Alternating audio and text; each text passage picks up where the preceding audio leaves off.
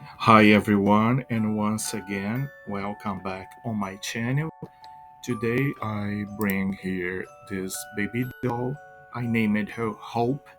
She's the largest doll I have ever made before.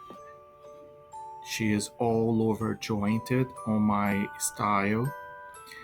She wear this vintage outfit, some embroidered details like flowers on her brand.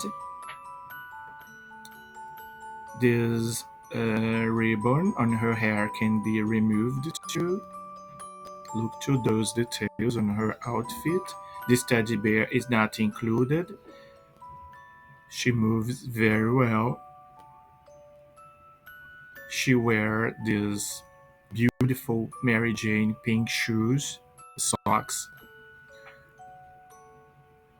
I carefully choose this outfit to make a composition about my vision of childhood.